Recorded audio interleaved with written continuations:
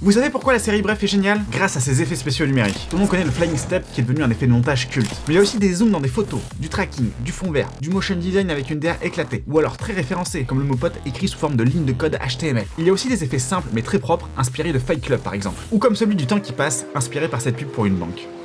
Bon, pour cette inspiration, je suis pas 100% sûr, mais je voulais juste vous remettre cette pub. Alors même si aujourd'hui la 3D a vieilli, ça a transpiré la créativité. Bref, on était des gamins.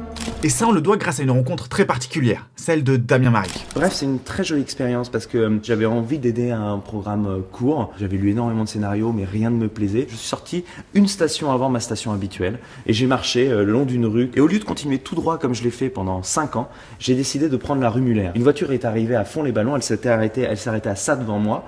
Et à l'intérieur de cette voiture, il y avait Harry Torgman et les 2 auteurs qui n'étaient pas du tout connus à l'époque. On allait prendre un café et là, ils m'ont parlé de leur projet. Puis Bref est arrivé, qui comporte 389 plans truqués, ce qui veut dire 4 effets visuels par épisode. Ce qui est énorme pour une série déjà et quasiment du jamais vu pour un format court. Pour vous resituer, la saison 1 de Bref s'est terminée quelques mois avant la première vidéo de Golden Moustache. Prenons cette séquence par exemple. Elle a demandé énormément de travail.